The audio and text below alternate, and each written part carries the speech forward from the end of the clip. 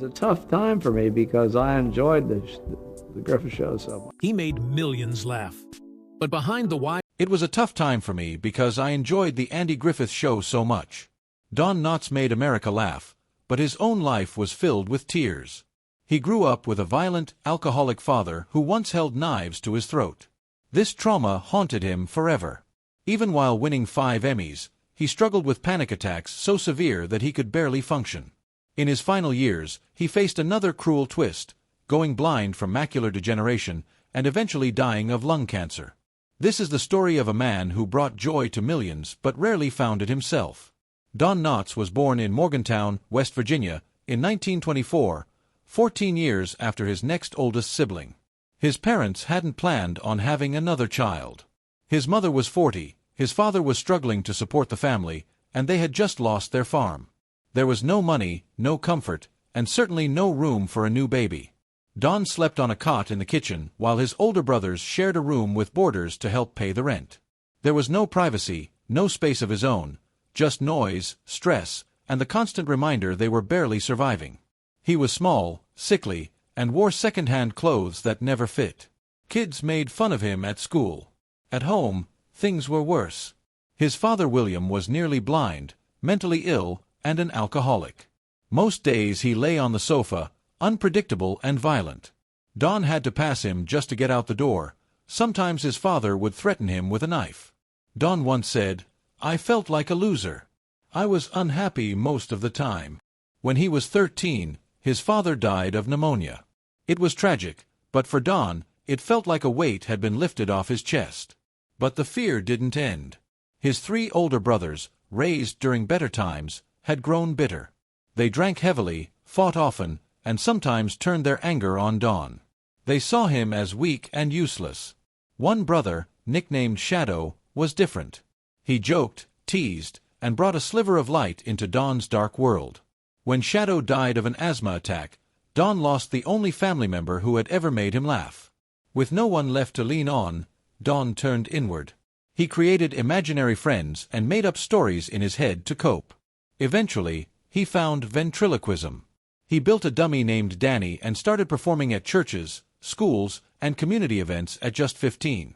It wasn't just for fun, it was an escape.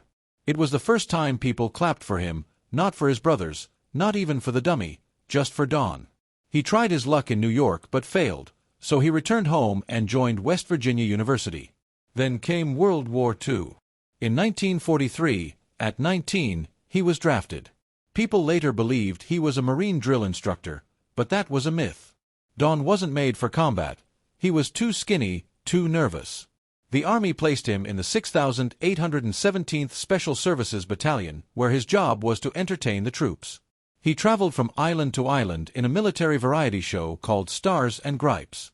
At first, he used his dummy, Danny Hooch Matador, to entertain. But after 2 years, something shifted. He started feeling annoyed that people laughed more at the dummy than at him. It was supposed to be his act, but Danny kept stealing the spotlight. One night in 1945, while crossing the South Pacific on a ship, he picked up the dummy and threw it overboard. He imagined it screaming as it sank like it was alive.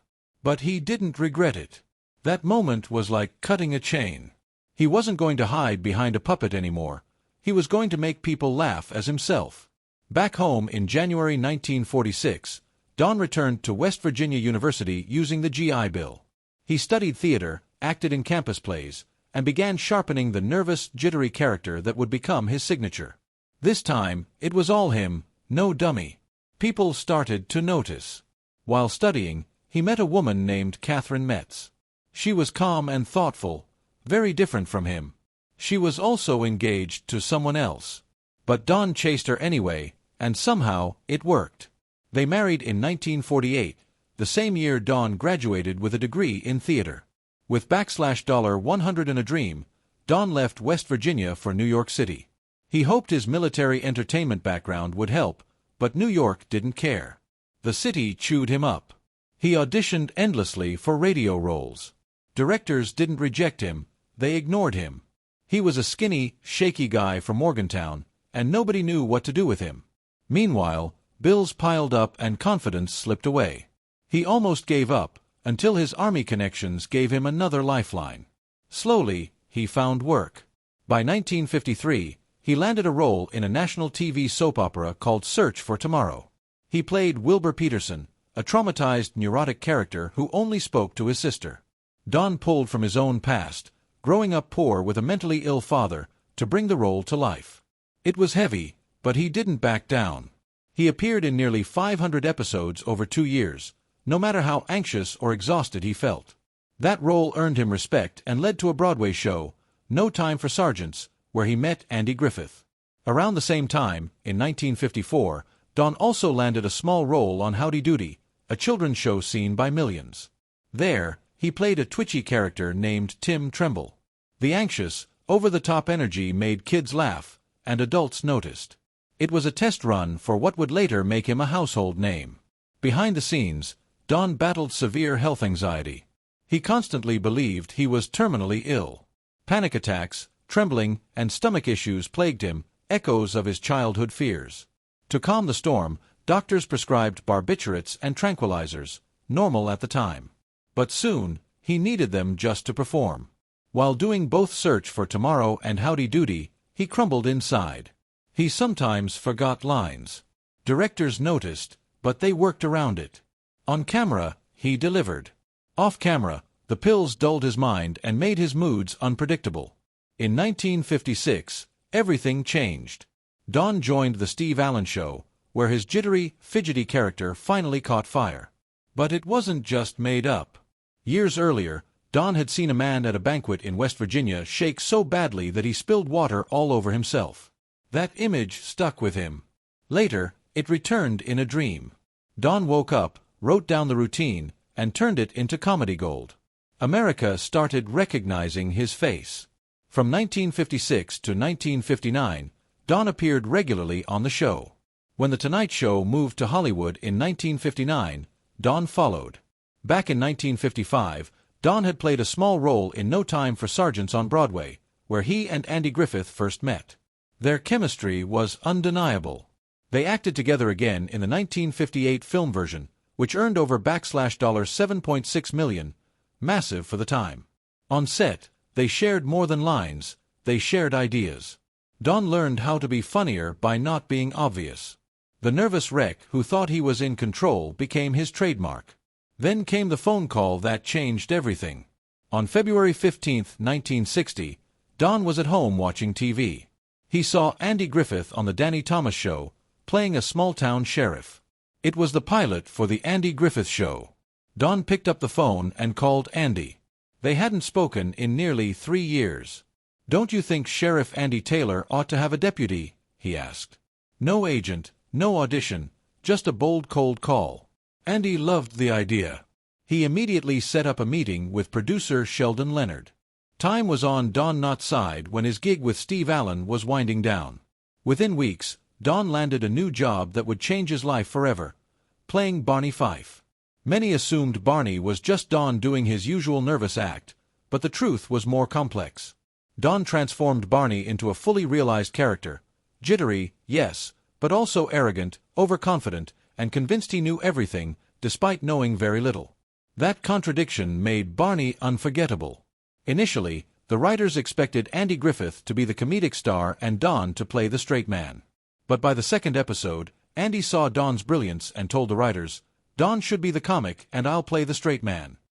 That decision flipped the show on its head. Don poured himself into every aspect of Barney. His exaggerated walk, his high-pitched voice, the single bullet he kept in his pocket, and even the way he argued with Thelma Lou or irritated Andy. What could have been a throwaway character became the soul of the show. Audiences loved him. So did critics. From 1961 to 1963, Don Knotts won 3 consecutive Emmy Awards, not for lead actor, but for supporting. Yet many considered him the true heart of the Andy Griffith Show. His big eyes, frantic voice, and physical comedy were iconic. One moment Barney would be swaggering with fake confidence, and the next, he'd be crushed after accidentally firing his lone bullet into the ceiling, again. That mix of physical comedy and emotional vulnerability made him timeless.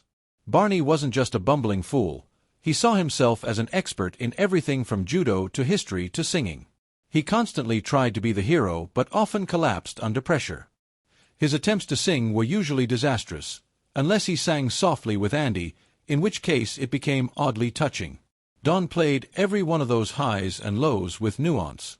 Then, at the peak of the show's success in 1965, Don shocked everyone by leaving. He believed the show would end after 5 seasons, as Andy had told him. So Don signed a 5-film deal with Universal Studios. But then Andy changed his mind. The show would continue. Don couldn't go back. He was already under contract, and it broke his heart. Barney's exit was written into the show. He got promoted and moved to Raleigh, but fans immediately felt the void. Though the Andy Griffith Show ran until 1968, many believed it was never quite the same.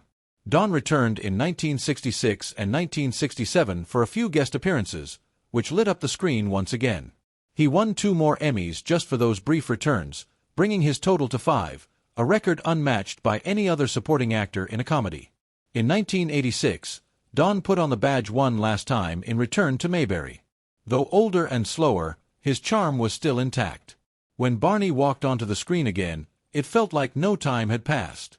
Back in 1964, Don had stepped into leading man territory with The Incredible Mr. Limpet, a half-live-action, half-animated film where he played a man who turns into a fish and helps the Navy hunt Nazis. It was bizarre, but it showed that Don could carry a film. That same year, thinking the Andy Griffith Show was ending, he signed the Universal deal that would shape the next phase of his career.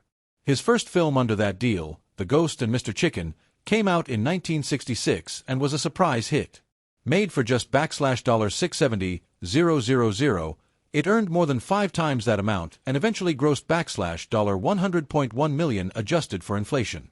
Universal signed him for 5 years.